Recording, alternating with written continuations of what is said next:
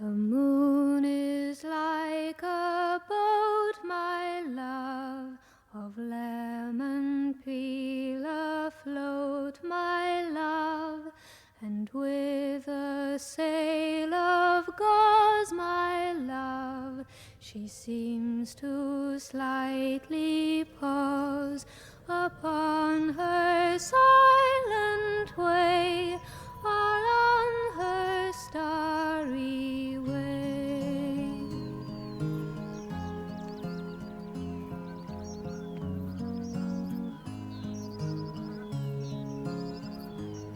She seems to linger long, my love, as if spelled by a song, my love. But no, she tarries not, my love. Her journey unforgot, she makes her starry way. She makes her starry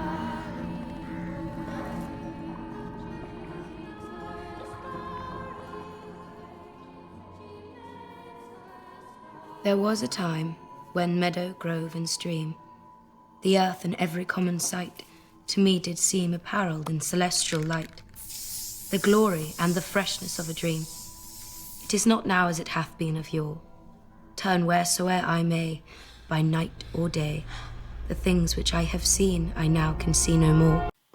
Welcome to this deep dive analysis of The Falling by Carol Morley, a very original film about mass psychogenic illness, mass hysteria, which develops almost always in single-sex female institutions. It starts with The Voyage of the Moon song by Mary Hopkin, broken by the sounds and images of Abigail Mortimer, a teenage girl having sex in a car, signifying the transition from innocence to adulthood, or at least one of the rites of passage to adulthood, which is the loss of virginity. We are also visually introduced to Lydia, the main protagonist of the story, as she skeptically regards her mother, Mrs. Lamont, who is introspectively looking at her own hair rather than her daughter. And we also listen to the narration of by Abigail Mortimer in her velveted Florence Pugh voice of a poem by William Wordsworth about change as Abigail will experience, and also in this poem there's regret, which is what Lydia will feel because of this change. We also see then a series of very quick flashes that will happen all throughout the film, which in this case foretell the story, including an image of the whole class and Abigail at the very center, which is pretty much how she is in that milieu. And it ends up with Susan, our innocent girl. Let's watch first the first proper scene.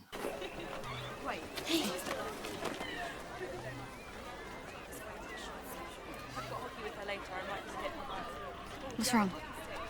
Nothing. I suppose.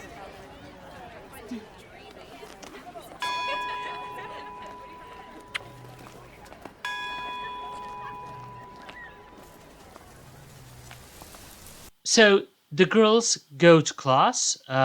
What do we see here? We see Susan ringing the bell. Probably she's been given that job as the teacher's pet. Okay. We see Lydia catching up to Abigail and blowing her cheek. A clear sign of friendship infatuation, I would say. She's emotionally supported by her friendship with Abigail, who in turn touches her cheek as if something is wrong, which unfortunately it is. The scene ends with this beautiful image of Susan alone. Next, we see the girls in class. Abigail being reprimanded for wearing her skirt too short, always a classic. And the uptight Miss Mantell notices marks on her, cluing her that she's been having sex, or at least putting up, and she smells trouble immediately. Okay, um, and we see Abigail again touching her cheek. Abigail is the cool, popular girl, which even teases Susan on the corridor. Miss Alvaro crosses the girls, and Abigail looks as if to see if Susan will complain, which she will not. Next scene. An egg is a cell. It has a nucleus and a membrane.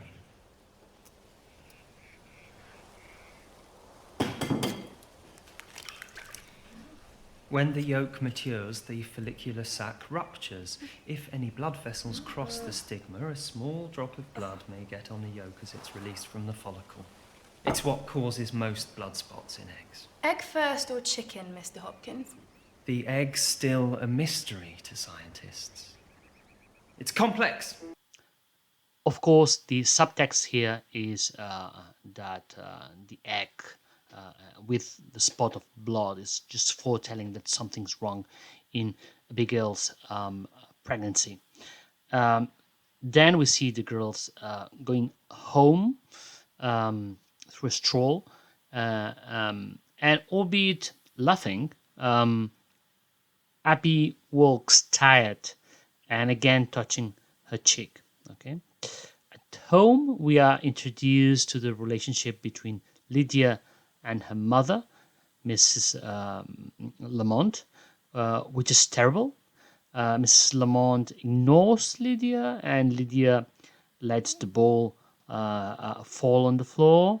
A clear provocation, an out of control teenager, which a single mother cannot rein in, basically.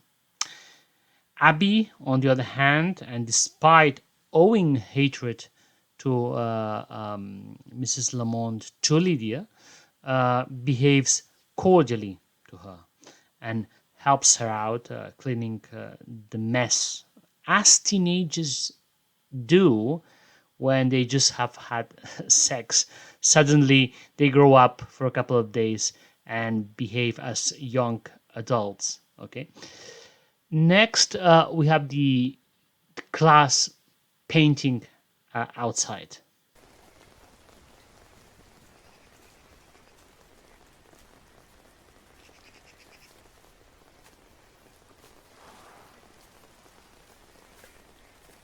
Just look.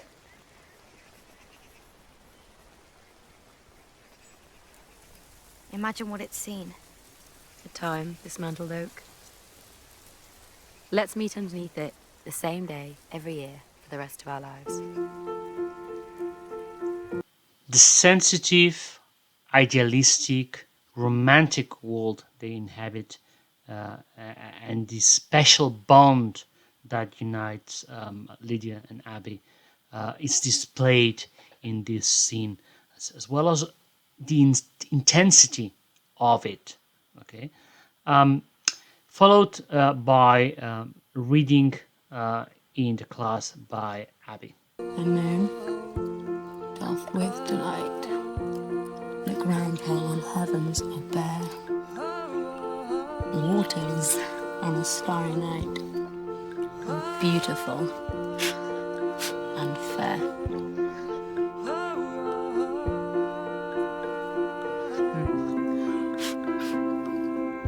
There was a time when meadow, grove, and stream, the earth in every common sight, to me did seem apparelled in celestial light, the glory and the freshness of a dream.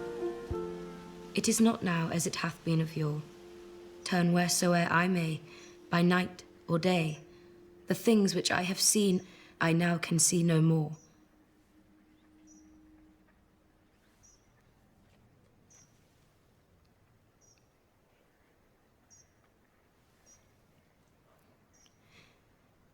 The rainbow comes and goes, and lovely is the rose. The moon doth with delight look round her when heavens are bare.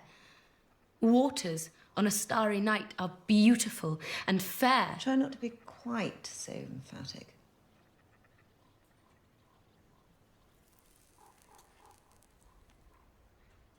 The sunshine is a glorious birth.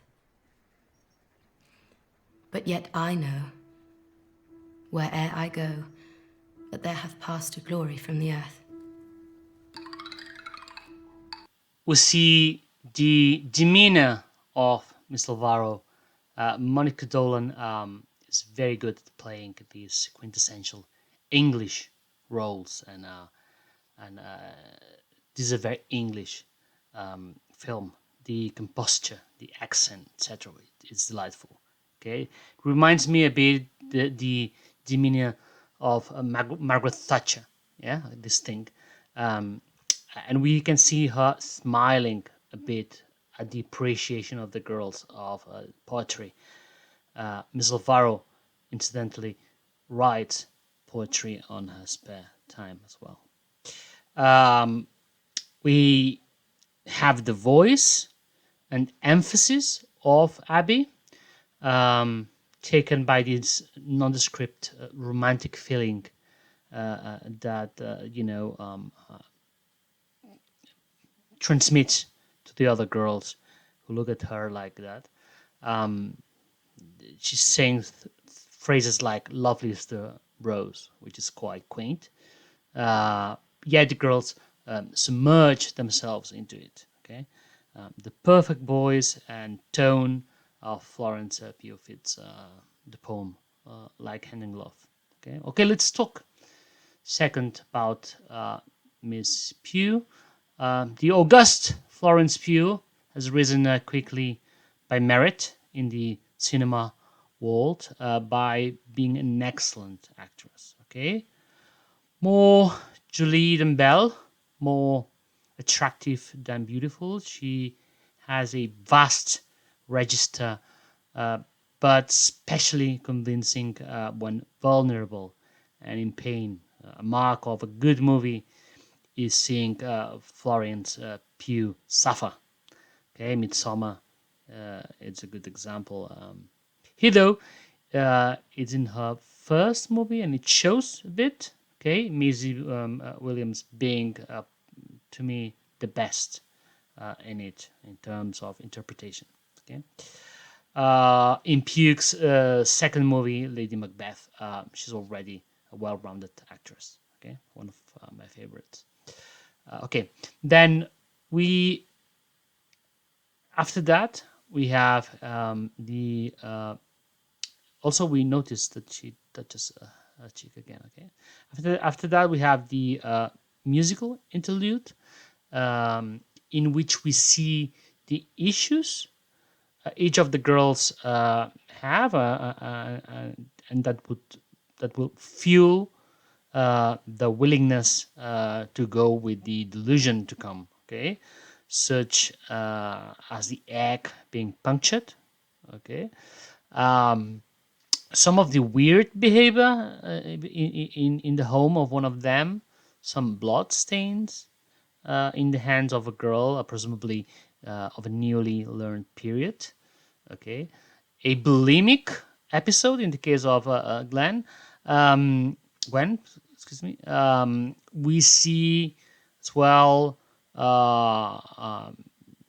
Miss Lamont feeling trapped at home. The composed Miss Alvaro, we see also the mesmerizing, we hear the mesmerizing song of the girls with images of the pond suggesting the deepness of their friendship and the quiet desperation of Miss Mantell. Next, the bathroom scene. When that's gone all the way in, slide the other tube up too, then pull them both out. Okay,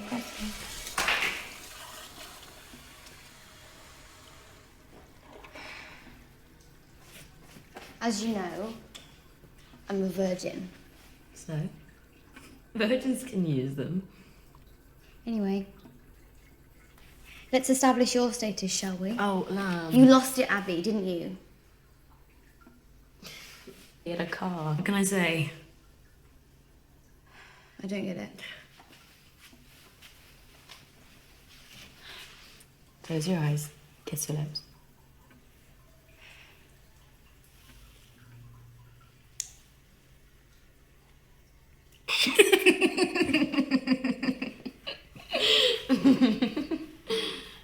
And take you somewhere else.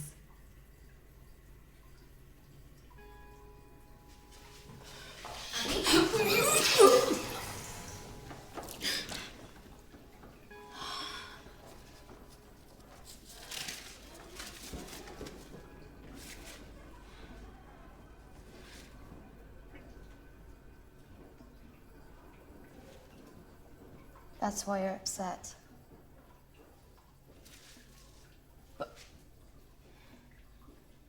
I can't be. He pulled out early, said it was a really Catholic thing to do. Yeah, we know. The bell is rung. Sorry. They're not my rules.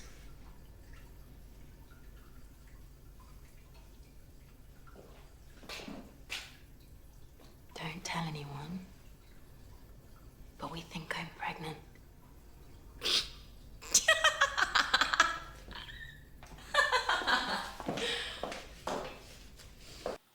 We see that Lydia is resentful of Abigail progressing in life and thus abandoning her steam pubescent closed world. She wouldn't understand why Abigail even wanted to have sex. Okay, we're informed that she's pregnant, and we see her status in regards to Susan being Abby, the cool one, and Susan, the lame, the naive one. Okay, and we know by the face of Susan at the end that she will tell.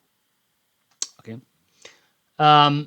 Then we have this little scene in which the girls are at Lydia's house, and we see this connection, those inside jokes between Kenneth and Abby, and how Miss Lamont purposely, avoids noticing it. Okay, and later in Lydia's room, we have that scene. I was an egg.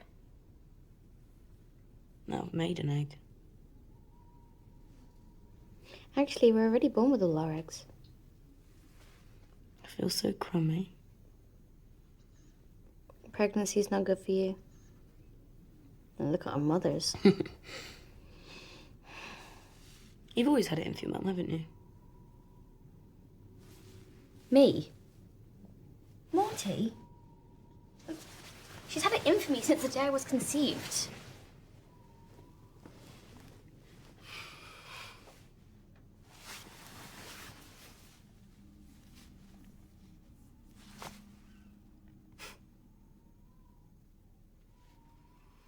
Gin and a knitting needle. Yeah.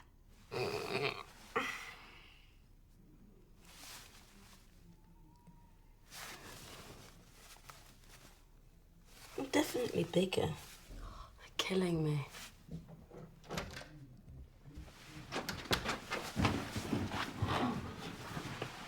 You've changed. Do we extend the invitation?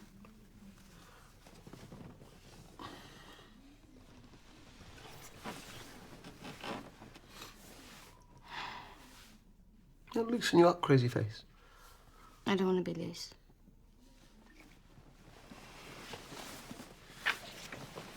Oh, nice.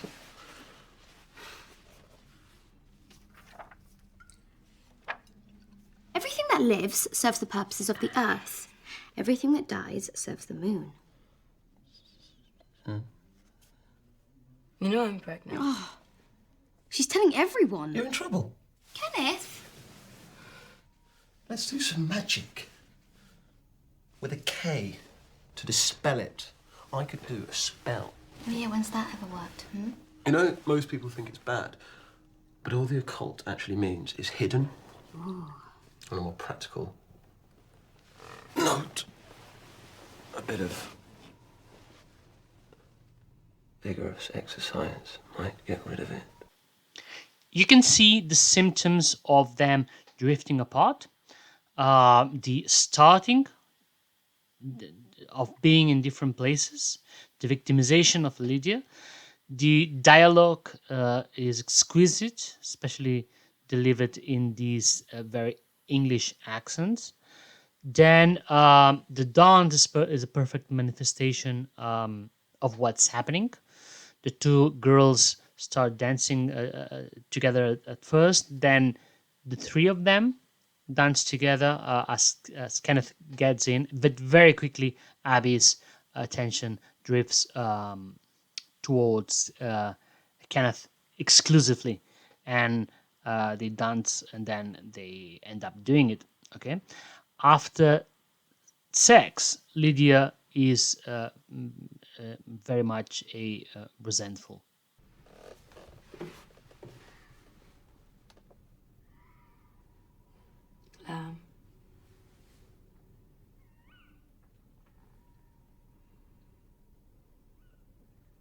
This situation has made you so unpredictable. I'm sorry. I don't know what came over me.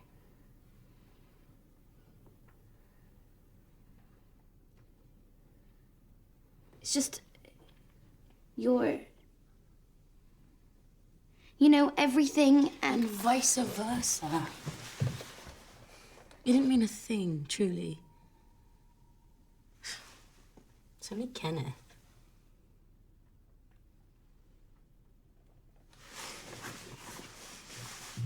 He went on about the laws of love, you know.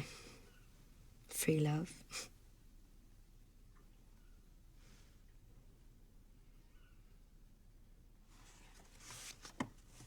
And you told Susan about your situation.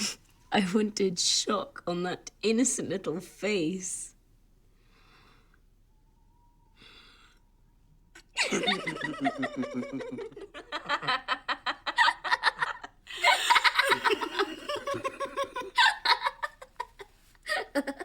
I think I'd wet myself.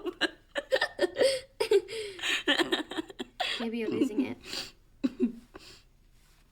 No, it's just a bit of, you know.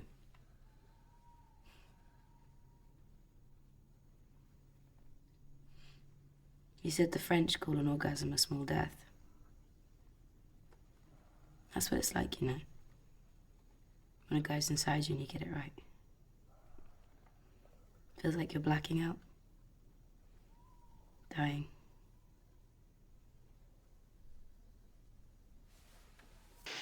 You can see the resentment of Lydia.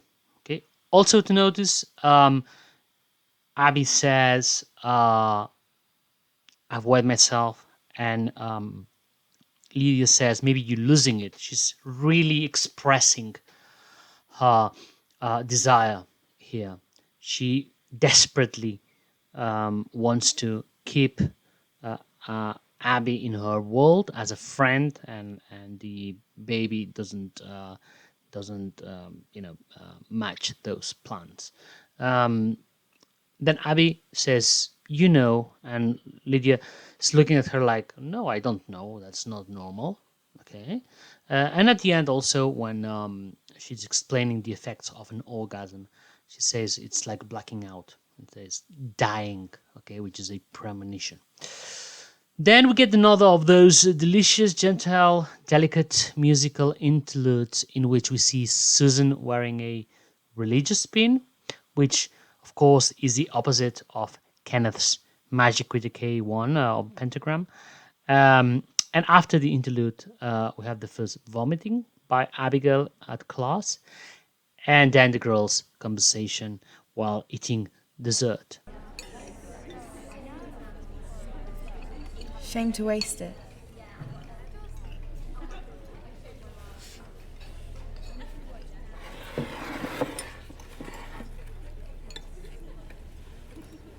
You think it tastes metallic? That happened when my mum was pregnant.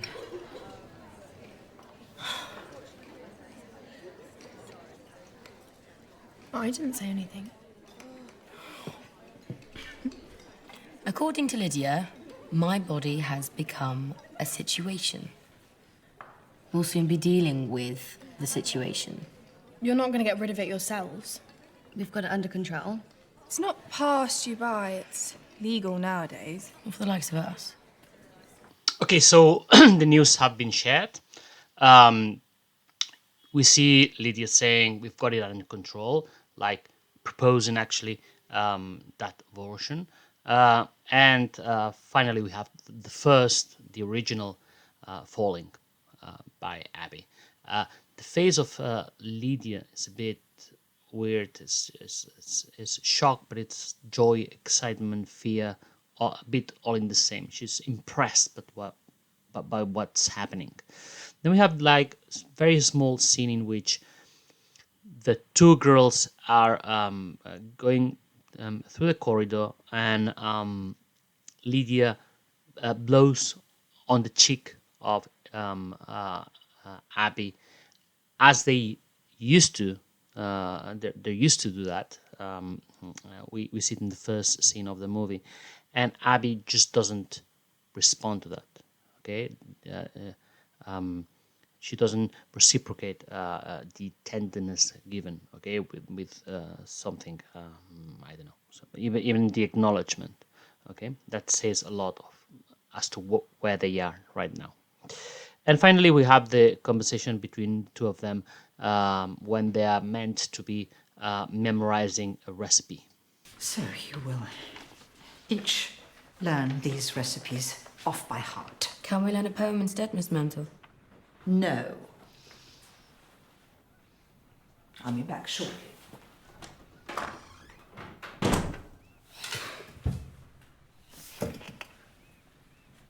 Her breath stinks. Puking up on her is probably the most attention she's ever had. Never lived. Savoury turnovers make a tasty dish and a pleasant change from the ordinary fare. Keep thinking about keeping it. I know you don't want it. I'll get medical books from the library, Morty. Nothing will go wrong. I know. It's just a feeling. But you can't trust feelings. We're not kids anymore, Lamb. We've got to face up to it. There's a real world out here. Yeah. And you're the centre of it. What's that? All this because you had a car. And what the hell was Kenneth? He's my brother. Why is doing it so important to you anyway? I don't get it. I feel so crummy. No, you cannot read the poem. It has to be a recipe. No, Miss Untel did actually live. We'll see that at the end of the movie. And in this scene, we can see where the girls are totally apart. Actually, Abigail is in reality, and Lydia is absolutely out of it. She is proposing and pushing actually for an abortion, which is actually quite irresponsible. And she thinks that Abigail wants to have sex and wants to grow up and wants to keep the baby, the last blow, because she had a car, right? Which is not. It's she says we're not kids anymore, and that's precisely the point that Lydia is not willing to accept. Okay, Lydia's losing her friend, on which she's totally depending, for her life. Actually, this is the final, blow to their friendship. Okay. Interesting also the dialogue at the corridor between the two of them before Abigail's death. Say something, please. We'll always be, whatever happens. What do you want me to say? I'm sure you have something in mind. You always seem to these days. You even sided with my mother. Oh, don't be like that. Come on, I know she's awful. Please, I'm really not up for a fight. Admit it. You think we're over. Say it. You're getting it up, and I'm not right anymore. I'm feeling really... You and your feelings. Millions of women have had babies, Abby. It's nothing special. It's life. And life only. And Abigail falls dead. So before she dies, the girls already have broken off as friends. Okay. For the last time, Lydia is someone who has a difficult situation at home. She's comfortable with her friend. She does not want that stage of their life to be over. Which normally you should, burn the different stages of your life before they rot, let's say. But she's not willing to because of that. Okay, and then what we have is one of another of those interludes in which we see intimate scenes of the characters. Okay, we see Kenneth masturbating. Okay, or suggested that it's not graphic. We see Miss Chiron and Mr. Hopkins about to engage in sex. You see the loneliness of Miss Mantell and Lydia mourning over Abigail in a very expressive way. Okay, and now let's see how Mrs. Lamont receive the news.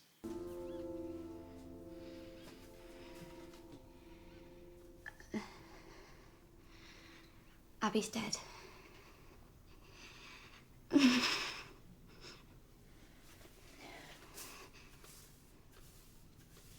It's true.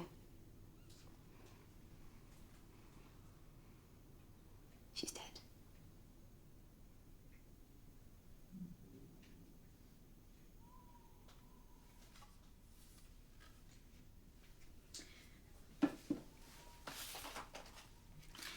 It wasn't something bad. She's dead. Well, wasn't What? drugs. It was natural. Natural. Abby's young. Her poor mother. She's totally cold and self-centered. She sees the death of Abigail through the empathy to hypothetical herself in that situation. Okay, she said her poor mother, right? Kenneth's mourning is physical, okay, with Abby's hair, and Lydia's is obsessive. Okay, something's cooking on her mind. Miss Mantell shows actual affection with her, with her small ritual. Miss Alvaro keeps it in, as the character says. Miss Alvaro is a self-repressed woman, okay, of another generation, that girls, and so imposes her ideas on how to behave in that repressed memory, albeit she herself had an artist lover, for instance, and writes poetry. Many people have noticed the pictures on the wall of her office. We have this effect in which the preparation of her speech and then her actual speech combine, and then we see a crucial moment, which is when a prayer has been asked and is being held for all the girls and to follow, okay, that prayer, and Lydia just refuses it. She's refusing to accept reality rather than bowing, her head like the other girls, just looking almost at the camera. This is the boiling point, let's say. Okay. Then there's this little scene in which the girls are mourning together, which is I'm not fond of this little scene. And then we have the conversation in the bathroom.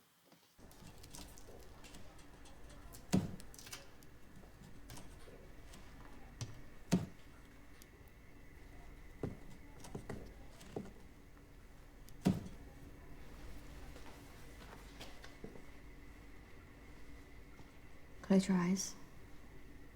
Pucker your lips. Do it.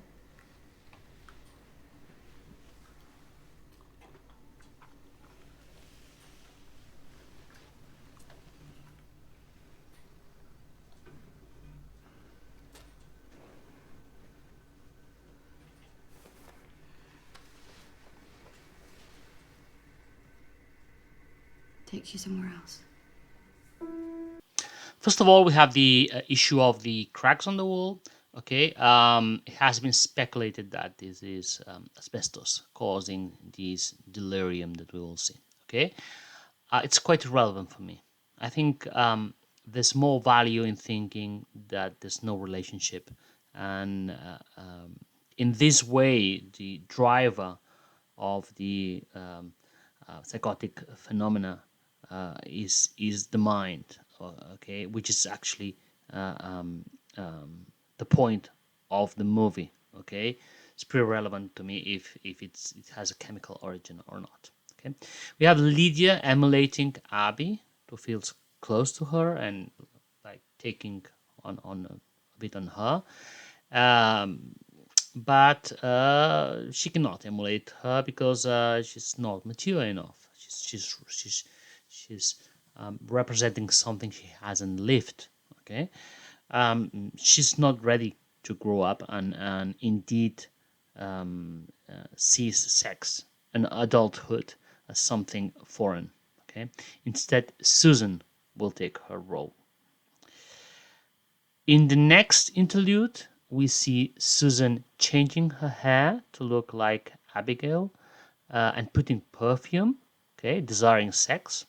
We see Miss Ovaro on lively clothes and writing, okay, being artistic on her, on the intimacy of her home, probably, and the quiet and total desperation of Miss Mantel. We see Susan starting to masturbate, and we infer that Titch notices that change in Susan back in class, in all in these delicious montages that are in this movie. Okay, so we have Susan exploring, okay, entering adulthood. Okay, as for Lydia, she's totally unhinged, open rebellion. I'm late, Miss Mantell.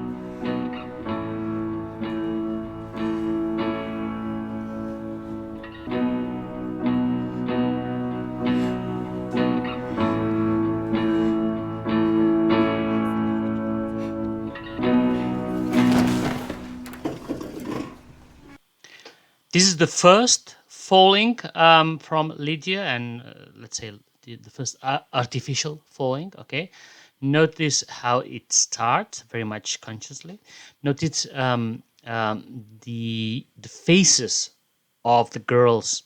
Okay, you have like a skeptic Teach. You have like a Susan with it has like the enthusiasm of the neophyte on her face. Susan is suddenly close to Lydia, and she even confuses her with Abby when Lydia wakes up. The glory and the freshness of a dream. It is not now as it hath been of yore. Turn wheresoe'er I may, by night or day.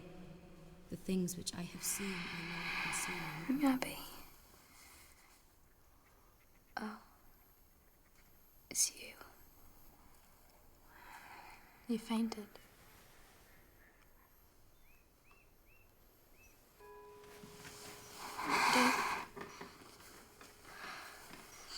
Can't remember much.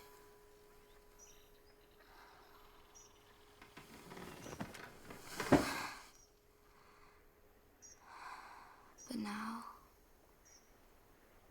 I've never felt so bad.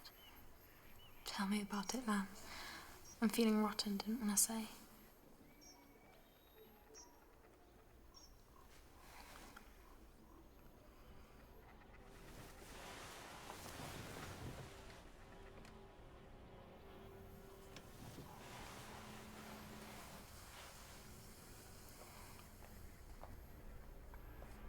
It was this feeling.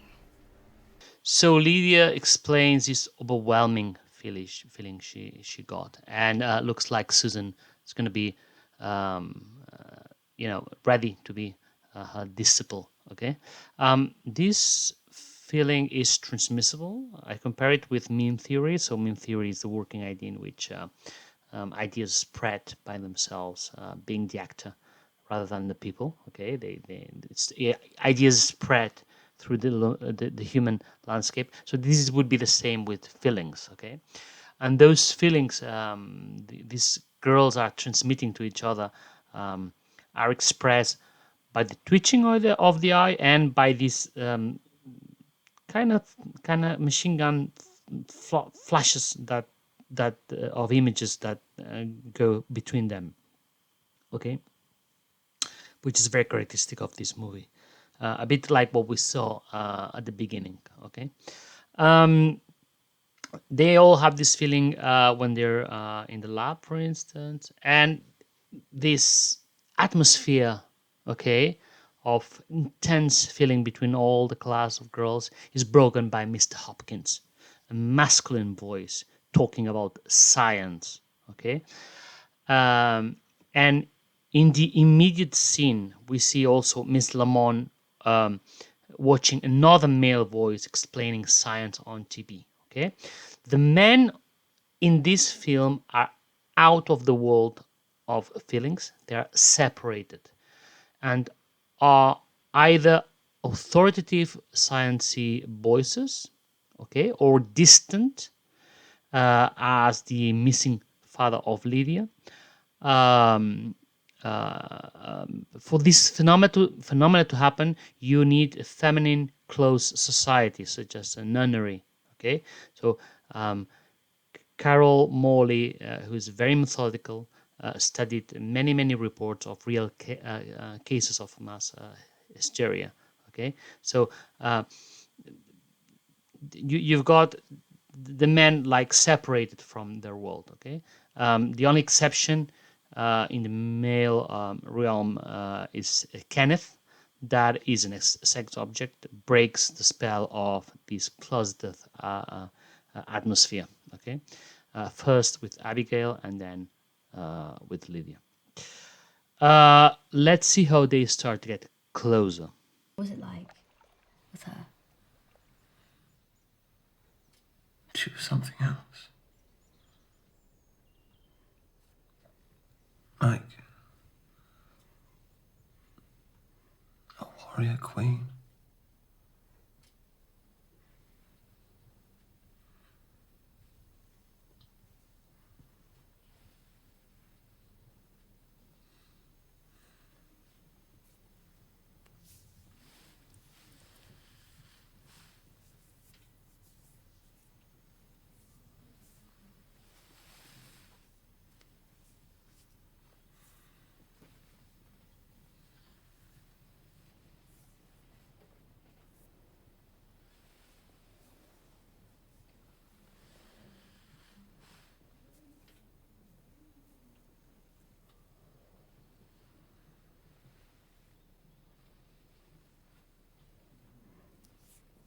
What's my future?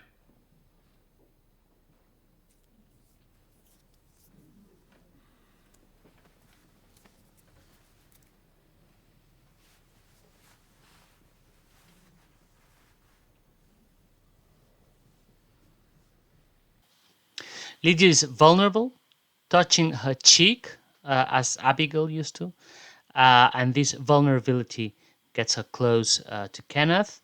In a way, to get close to Abigail, okay? Because he's asking how was she, okay? She was like a warrior queen, etc. But in a carnal way, okay? He ends up with his hand touching her breasts. When they are about to kiss, the mother interrupts abruptly. We don't know if she suspected something but it's just very pretty much on the spot, and she's not pleased. Okay, her mother asks for them to go to the shops, and she lashes out, she's displeased to have that moment stopped. And she tells her something like, "Well, what we would do? What would you do if we were to tell you that we will never again go to the shop? You'll have to face the real world, etc." Okay. In the meantime, we see the contagion on the school, and very interestingly, when they are at class, okay, at art class with Miss Jerome, we see what Susan does when there's some confusion as if to the clocks and watches have stopped. Let's see what Susan does. Titch, time please. I guess I forgot to wind it. Who else with the time? It's not working. Susan. It stopped. It's a coincidence. So Susan says that the watch it's not working, and it is working. Okay, because Titch wants to just double check that actually this is the case, and Susan doesn't let her check. Okay, she's hiding. So she's intentionally promoting the idea that something out of the ordinary is afoot. Okay, probably in this kind of cases, probably one side of your head is clear, knows what it's doing, and the other one is already convinced by the story that one is doing. Okay. And then when Susan and Lydia see each other, one of those rays of feelings and images happens, and then she faints. Okay, and then the generalization of the faint of the fallings spread. Susan joins. Okay, first disciple, and by the way, she does it in adding new features, okay, to her fainting. That you can see that she's totally conscious of what she's doing. Okay, she's making it up. Okay. Then Gwen is doing the same at Bible class and etc. The teachers don't believe it. It's just a few neurotic types. Relax. You think the medical officer should be brought in? We'd be the laughing stock. A few girls trying it on, making a display of themselves. We used to put wet blotting paper in our shoes. Why? It draws the blood from one's head and can cause a faint, you see. They all seem to have their mind elsewhere these days. Next, we're in the house, and we see Kenneth fraternizing maybe a bit too close with Susan, as he did with Abigail. When Lydia notices it, immediately rejects this and rushes them both out, insulting Kenneth on her way out. Unconsciously, she doesn't want Susan to steal Kenneth from her. Okay. Next big step in the contagion after Susan has joined. They are singing an anthem in the school, and Miss Sharon faints. Okay, let's notice that this phenomenon is more prevalent on teenage girls, but Miss Sharon is the younger of the teachers and the most sensitive. Okay, she's the art teacher.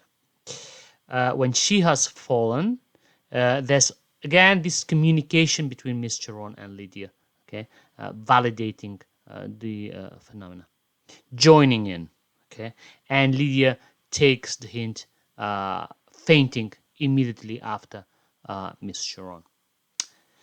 Let's see what happens with Kenneth back at home. I feel pitiful. I could do a spell. As you know, I don't believe in magic. I'm a rationalist. A rationalist? I'm not so sure. I know my mind. What's it all about then, crazy face? It's not about anything.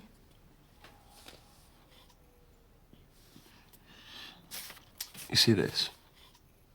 That one runs through the heath and under your school.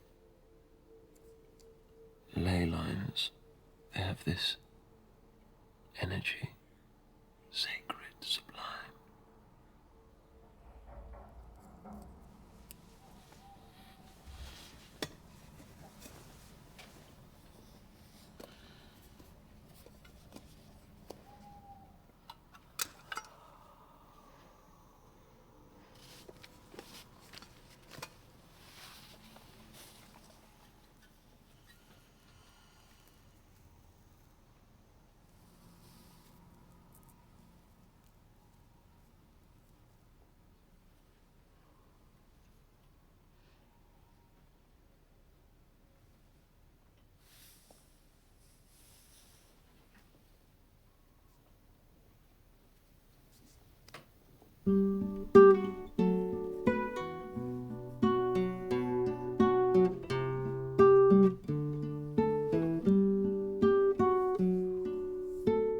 Moon is like I bought my love with lemon peel afloat, my love.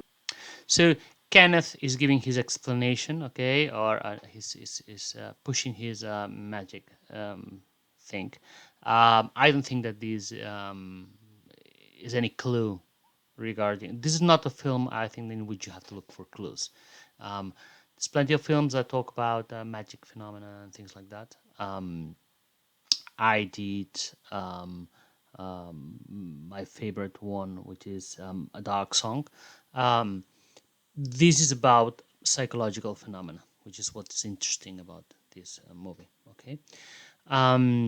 Nevertheless, he has kept a token of Abigail in the form of bits of hair, and Lydia takes it, and then Kenneth looks at Abigail in Lydia, okay, touches her eye, and we have this image in which Kenneth is actually looking at Lydia, but what he sees is Abigail playing guitar, okay, which is actually Florence Pugh is a decent singer and guitarist. You can look at the YouTube channel of, and she has several songs.